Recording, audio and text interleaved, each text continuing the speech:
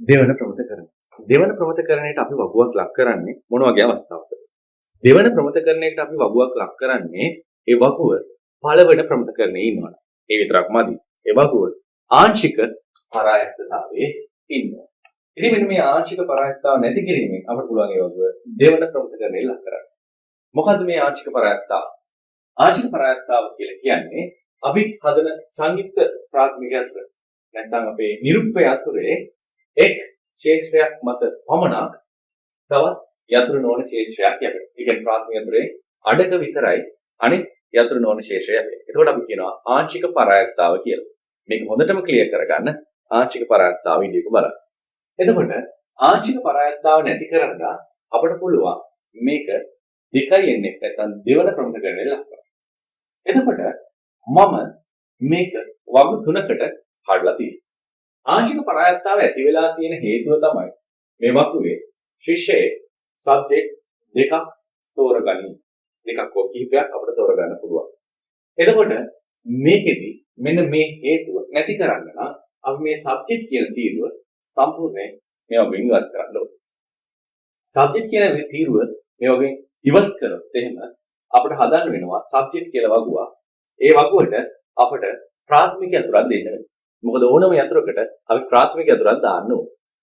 මොකද මේ ප්‍රාථමික යතුර තවත් වගුවකට ආගන්තුක යතුරක් වෙන නිසා වගුව අතර සම්බන්ධතාවයක් ගොඩනගා ගන්න පුළුවන් වෙනවා.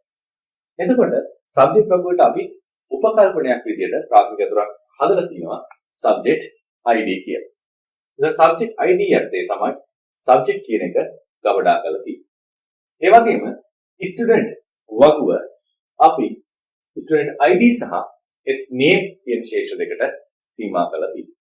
එතකොට මේ වගු දෙක එකිනෙක සම්බන්ධ කරන්න නම් අපට අවශ්‍යයි ආගන්තුක යතුරු ශේෂ්ත්‍ර.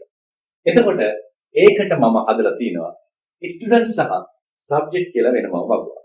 ඒ මොකටද? මේ සබ්ජෙක්ට් වගුවයි ස්ටුඩන්ට් වගුවයි දෙක එකිනෙක සම්බන්ධ කරගන්න. එතකොට ස්ටුඩන්ට් සබ්ජෙක්ට් වගුව දිස්සෙන්නේ මෙන්න මේ විදිහට. ඉතින් ඇයි මම එහෙම හදන්නේ මෙන්න මේ විදිහට වගුවක් හදන්නේ නැතුව? මේකෙදි student ID, S name, subject ID කියලා අලුත් ශේෂ්ත්‍ර තුනකට වගුවක් හදලා තිබුණා. ඒ වුණාට මේ වගුවේ නැවත ආංශික පරායත්තතාවය තියෙනවා. බලන්න. මේ වගුවේ SID සහ subject ID කියන දෙක එකතු කරලා තමයි අපිට ප්‍රාථමික යතුරක් හදන්න වෙන්නේ. මොකද ස්ටුඩන්ට් ID වලින් විතරක් ප්‍රාථමික යතුරක් හදන්න බෑ. මොකද එකම අගය නැවත නැවත ඇතුළත් වෙලා තියෙන නිසා. එතකොට ඒ විදිහට subject ID සහ student ID කියලා ප්‍රාථමික යතුරක් හැදුවට පස්සේ ඒ ප්‍රාථමික යතුරේ student ID මත විතරයි S name ඇති. එහෙනම් ආයෙත් ආංශික පරායත්තතාවක් ඇති වෙනවා. ඒ නිසා ඒ වගේ වගුවක් නිර්මාණය කිරීමෙන් අපට දෙවන ප්‍රමතකරණය ලක් කරන්න බෑ. ඒක නිසා මේ වගුව නෑ.